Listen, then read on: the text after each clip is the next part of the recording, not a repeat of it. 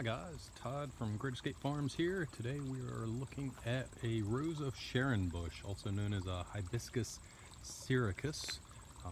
It is also known as a hardy hibiscus. It is a tight, upright, vase-shaped form, and it reaches 7 to 13 feet in height and has summer blossoms. They like full sun and light shade and moist, well-drained soil.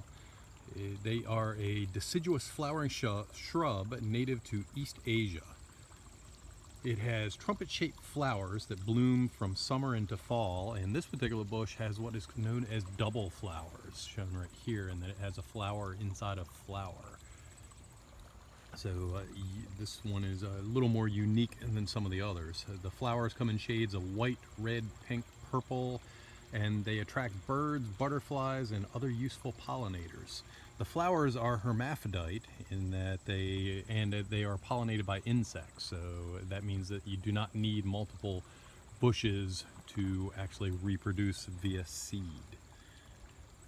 If you're going to prune, then you want to prune them either late in the winter or early in the spring because the flowers are born on the current year's growth. The leaves, blooms, and flowers of Rose of Sharon are edible and have a mild flavor and are slightly mucilaginous as it is. So I just went ahead for the first time and tried both the leaves and the flower here. So the flower initially had kind of like an iceberg lettuce texture to it. And then it got a little more mucilaginous, or like thick spit, if you will. And the leaves, I don't know if it's just because it's a little later in the summer, but they tasted a little bit fibrous and not quite so mucilaginous. So as far as taking cuttings, you want to take cuttings from this year's growth. And as far as this year's growth, you can see right here, there's dark wood right there, and then going off to the top here, there's lighter wood. You can see the difference in color. You can also tell that at the very tip of the old wood, you have new wood going off in multiple different directions, and the new wood has the flower buds on it right there. You can see these are all buds that are gonna be opening up. So it looks like a lot of buds here, but the flowers actually only flower for one day and then they fall off. So for propagating these, what we take is the new wood right here. And let's see what we're dealing with. I'm gonna go ahead and break this one in half. Actually, let me, there, pull some of the leaves out of my way and try to do this with one hand. And it's just kind of bending. So this is very, very new wood here. So this is more of softwood than semi-hardwood. So softwood means that we're going to use different rooting hormone. If it was semi-hardwood, then it would have bent right here, or it would have broken, and it would have been very, very fibrous. And then there's also hardwood, which is hardwood cuttings are taken during the winter time. So what I'm going to do right now is I'm going to take my shears and I'm going to trim off a bunch of these tips here, which means I'm not going to get as many flowers. So I'll probably do that on the back side, because the side I'm looking at right now is facing the house. So I'm going to take off a bunch of tips, and then I will move over to the table and set up the video over there and show you what the next steps are once we have the tips off. So I will be right back with you at the table. Hey guys, quick sidebar here on tools. So you can use whatever tool you want, a pair of scissors, a sharp knife, a pair of cutters like I have here, just trimmers. What you want is something that's very, very sharp, that will cut without bruising the cambium of the wood that you're cutting. So the cambium is the soft part where the water goes up. You don't want to bruise that, you want to actually cut that. So make sure your tools are very sharp, whatever you're using. Also make sure they're clean. So I clean mine after every type of plant I do. So if I'm doing Adam's elderberry, before I move to a John's elderberry, I'll clean it. I may do 100 cuts on an Adam's elderberry, and I'll only clean it the first time before I do it. And then before I move on to a John's or a Nova elderberry, I will go ahead and clean it again. So I'm grabbing these just out of the shed. I can't remember if I cleaned it last time, so I'm going to start off by cleaning. The way that I'm going to clean is I'm just going to take some regular hand sanitizer here, whatever type you are into, and put a couple squirts on a paper towel. And by that, next I'm just going to rub it on the tool all along here And I'm not so much worried about getting dirt off as I am worried about killing any fungus or bacteria or any kind of disease that would spread from plant to plant. So I want to make sure, and this hand sanitizer will kill any of that stuff. So all I need to do is rub it on the whole area, go ahead and wipe it off, and then we are good to go. So now I'm going to go ahead and make my cuts. Okay guys, I'm here to make up the rooting hormone solution for this section of the video. So I use the Dip and Grow liquid rooting hormone solution. That's a picture of what it looks like. You open it up and there's all kinds of warnings on it saying not to get it on your skin and everything. If you have sensitive skin, you might want to use rubber gloves. In here it does talk about different dosages to use, which is why I like the liquid stuff. So for hardwood cuttings, you use a 1:5 ratio. For medium softwood cuttings, you use a 10:1 ratio. And for softwood cuttings, you use a 20:1 ratio.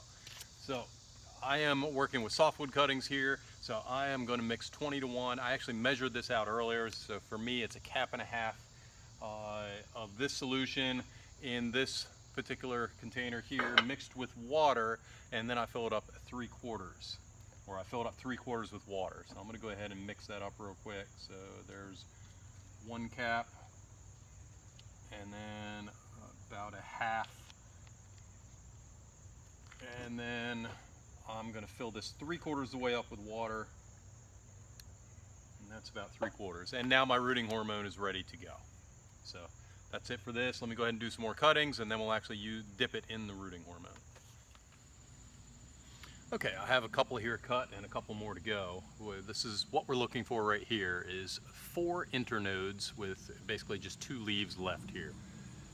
So an internode is everywhere that a node or that a leaf is going into the stem here. So I'll count this as 1, this would be 2, and this would be 3. The reason I count this as 1 is it's a lot of leaves there, but they're all right across from one another. So that's 1, that's 2, that's 3. This one right here is 4. Cut that off up above. So see it again, we have 1, 2, 3, 4. What you want to do is take the bottom half off, just kind of grab them and pull them off, and this one is ready to go. Once you have enough of them ready to go, you can take them and line them up like this, and then you dip them into your rooting hormone 1, 2, 3, 4, 5 for about 5 seconds, shake them off, and at this point they're ready to go into the ground. So we'll go over and we'll discuss the propagation or the mist propagation bed first, and then we'll go ahead and we'll put these into the ground.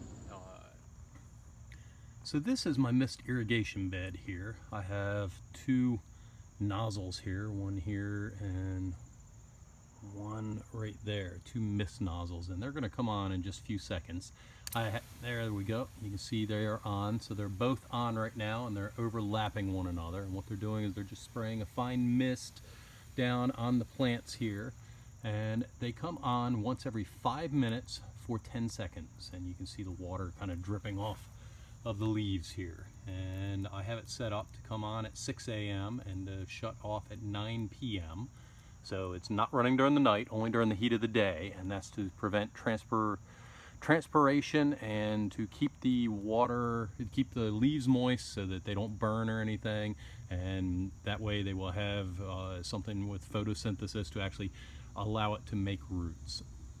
So that's the mist part here. When I'm actually planting in a couple of minutes, I'll shut these down because I'm going to have the iPhone real close. I don't want to soak yet. A couple other things. So I have a document right here, and it has numbers on the side over here on the row on the far left hand side, and you see it says row 2, 4, 6, 8, and row 2 is John's elderberry, row 4 is non-applicable, row 6 is Adam's elderberry. Nothing on row 8 yet, but that's where I'm going to be putting the Illinois everbearing mulberry that I have. And then you'll notice that in row 14 I also have Illinois everbearing mulberry. I took some earlier in the year, but they're not doing so well, so I wanted to wait and take some a little bit later in the year. So what I do is I put down a tape measure from the end. Row 2 is at 2-inch mark, row 4 is at 4, and there's nothing there. Row 6 is where my elderberry is, row 8 is where the mulberry will be. And you can see I'm right on top. What I do is I put a piece of wood, a piece of bamboo that came in with a plant here, and that allows me to keep my row straight. So I will have all the rows in here, and make sure that you document.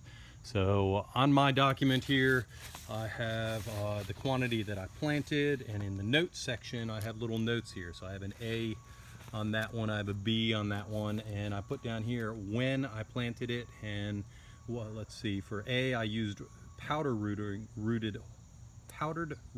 hormone.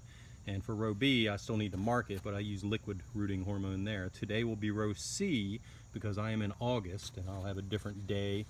So I will put the date planted and the fact that I'm using liquid rooting hormone there. So real quick, let me talk about the rest of the mist system irrigation bed here. So the mist heads, they're DRAM, D-R-A-M-M mist heads that feed into a 1-inch PVC pipe here, which goes into a let's see, a lawn sprinkler here.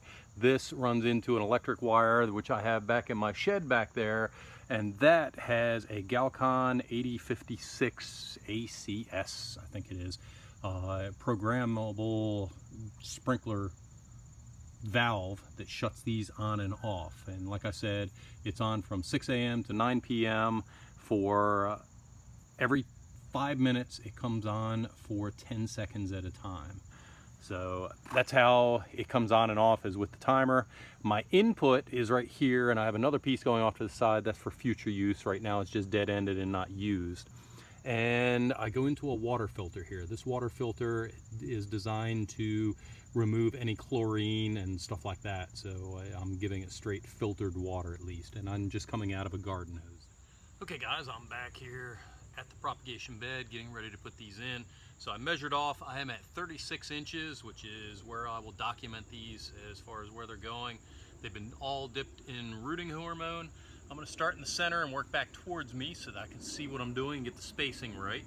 And I'm gonna space these about 1 inch to 1.5 inches apart, because the roots don't spread that much, and with 4 months in the ground, they should be easy enough to get out. So I would just keep working back towards myself until I get the entire row going here.